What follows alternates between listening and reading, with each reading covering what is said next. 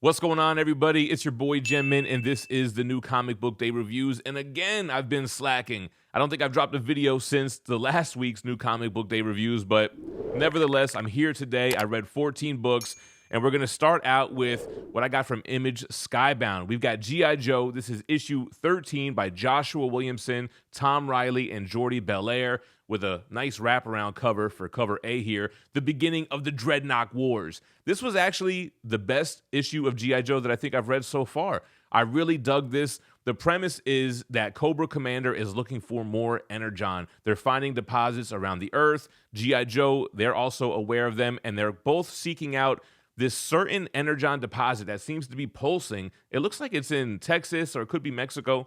Both get there, and Cobra is with one of the Dreadnoks, not Buzzer. What is it, Grinder?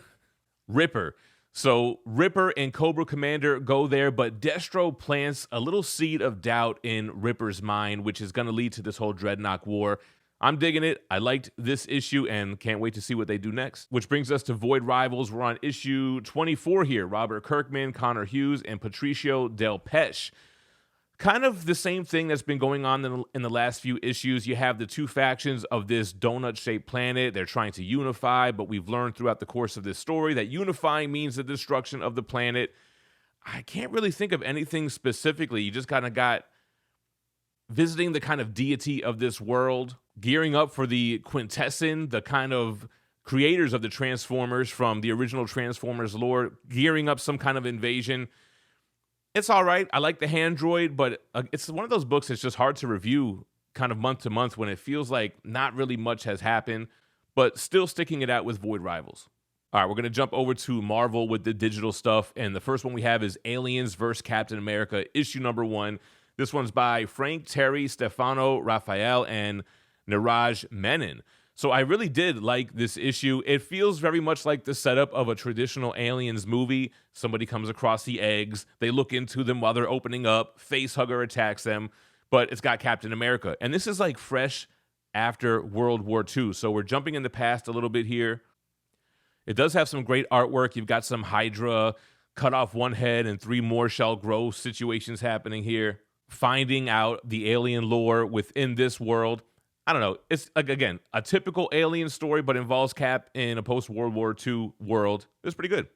Then we got Amazing X-Men issue number 2, The Age of Revelation. This one by Jed McKay, Asrar, and Wilson. So more of the main story. Although it doesn't really feel main story-wise. It's really just an interaction between Cyclops and Magic, who is kind of permanently the demon child. She has a demonized version of Juggernaut with her, which is pretty cool. But really, this is a battle of the wits between Cyclops and Magic, and kind of showing us why Cyclops deserves to be the leader of the X-Men, battling each other with insults and such. So again, not really pertinent to the main story, but I did like this issue. I dug the art. I liked the writing and the situations, and I actually really like this Cyclops design now. Like his mask visor design.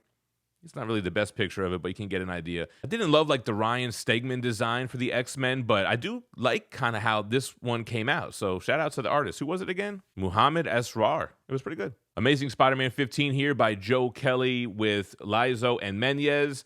So I usually read this one physical, but my shop, they didn't get the A cover, so I'm going to get that next week or so, but I still read it. This is, as you can see by the cover, focusing on the real Peter Parker wherever he is. It's essentially a Rocket Raccoon team up, and this kind of techno suit, they're really making it just like the symbiote. I don't know, I kind of feel like they probably could have done something way different with it, but you basically have Spider-Man going up against this big monster, and then him learning that this suit is alive as well, and how does him, the suit, and Rocket take down this beast? I really didn't dig this issue as much. I've been liking Amazing Spider-Man, but this one I kind of just felt like it was a throwaway. Some funny stuff from Rocket Raccoon, though. Some good dialogue, actually. Back to the Age of Revelation with Binary, issue number 2. I want to say, Stephanie Phillips, Beluso, and Rosenberg. First of all, I feel like Stephanie Phillips writes a ton of comics, man. She's always super busy. This is like a standout book for me, like one that I never would have expected that I liked, but I think it actually works really well. You have Captain Marvel, given the powers of the Phoenix from a dying Jean Grey. She was supposed to save the planet from the X-bomb, and she was unable to do that. She was only able to save her hometown, but her hometown, it's like the people in the mist. They don't even know if there really is a threat out there. They don't trust her. They're always trying to escape. And just her dealing with that. Great artwork here. There's a lot of big Phoenix, fiery stuff going on here. I really did like this issue. Then we've got Echo, issue number 1, The Seeker of Truth. It's, I think, like 3 stories, 2 main stories and a short interview is what it was. The David Mack cover is what sold me on this. Taboo is the writer of the first story. I think he's the guy from Black Eyed Peas, right? B. Earl on the art there. Then you had Flores, Terry, Charles, Diamasio, Miller, and Lopez. So the main story is that Maya Lopez is trying to find her cousin who has gone missing. Ends up being a Purple Man story. It was just kind of all right. The cover got me. The stories didn't keep me. Another Age of Revelation tie-in. We have Laura Kinney, Sabretooth, issue number 2. This one is by Schultz, Pinty, and Rosenberg. There's just so many Wolverine-esque characters going on here. I don't even know who the Gabby character is.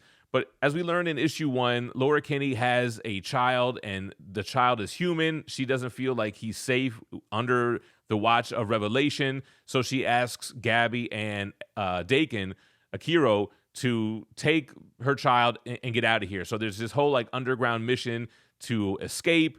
But we learn how Revelation has control over Laura Kinney, and she's the one that tries to stop them from escaping. I know I kind of made it sound exciting. I didn't really like this issue. I liked Binary much more and Amazing X-Men. The Laura Kinney Sabretooth was just kind of whatever to me. And yes, I actually read Long Shots issue number 2. I was not a fan of issue 1 whatsoever because it was just such a goofy issue.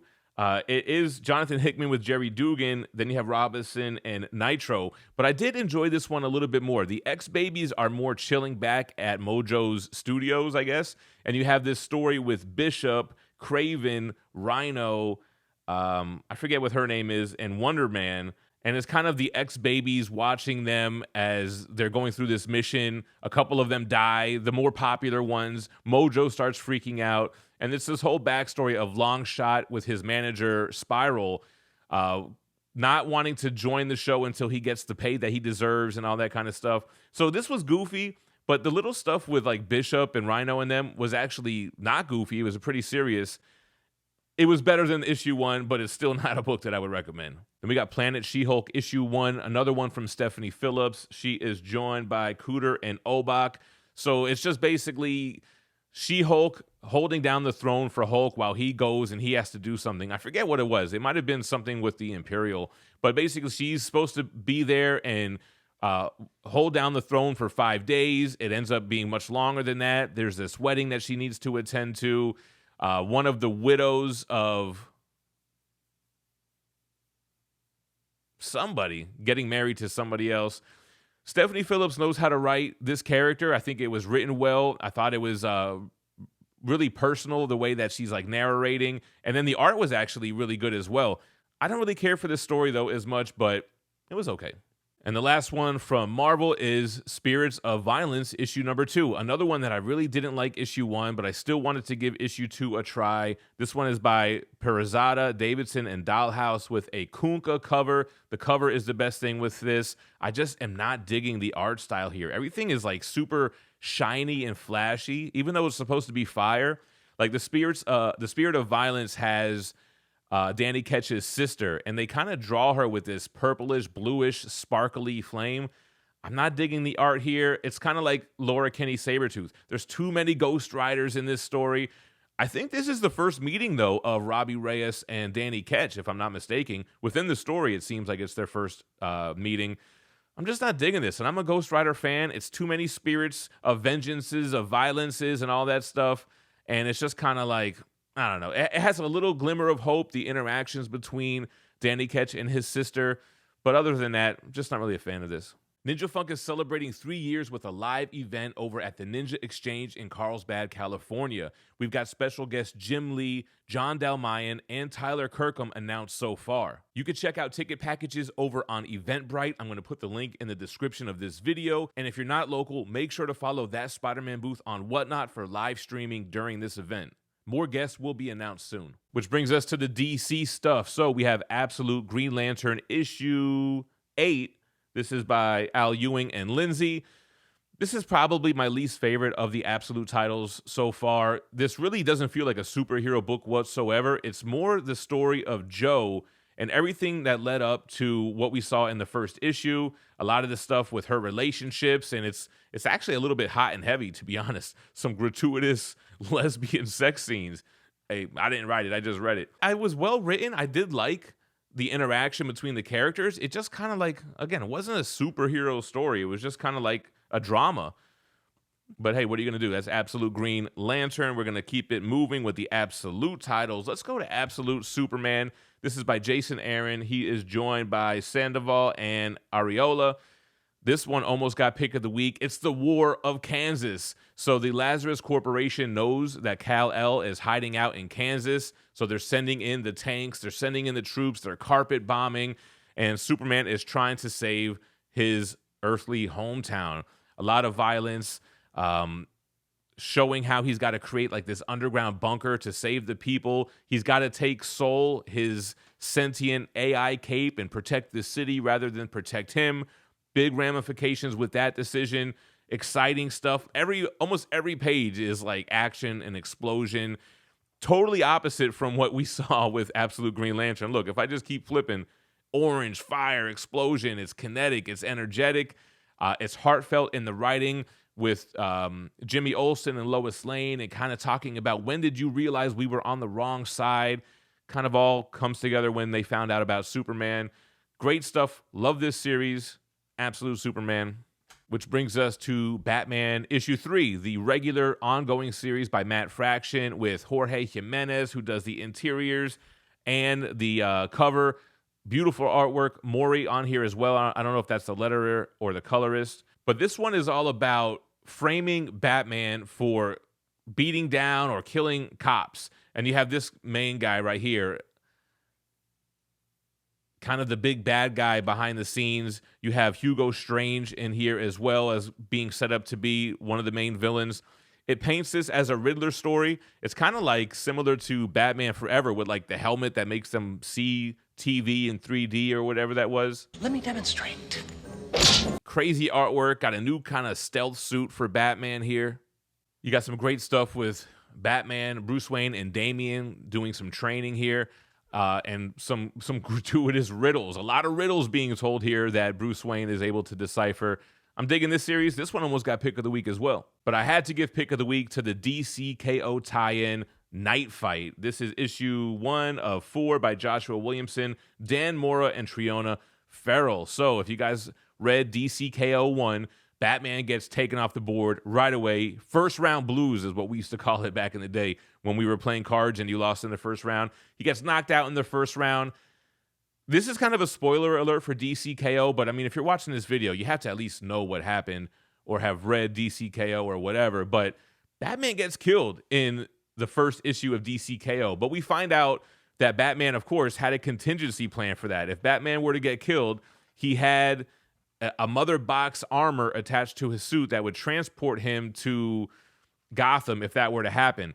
But he ends up being transported to a futuristic version of Gotham, one where Dick Grayson has become Batman, and he kind of took the Teen Titans business model and applied that to Robins. So anybody can be a Robin. He'll train everybody. And as soon as they find out that Bruce Wayne, Batman, is back into town, everybody starts attacking. Apparently, in this timeline that he slipped into, Bruce Wayne has done some questionable things. So we get this battle between Nightwing as Batman and Bruce Wayne as Batman. And artwork is amazing. Some cool stuff. What happened in this world? Why did Bruce do what he did? And why is he wanted by the rest of the Bat family? I really like the Batman suit with the Nightwing logo on it too, man. Great stuff. Pick of the week. That's everything for this week. Let me know what you guys thought about this week in comics. Let me know what you thought about the vid in the comments down below. As always, I appreciate you watching. Stay minty fresh. Peace.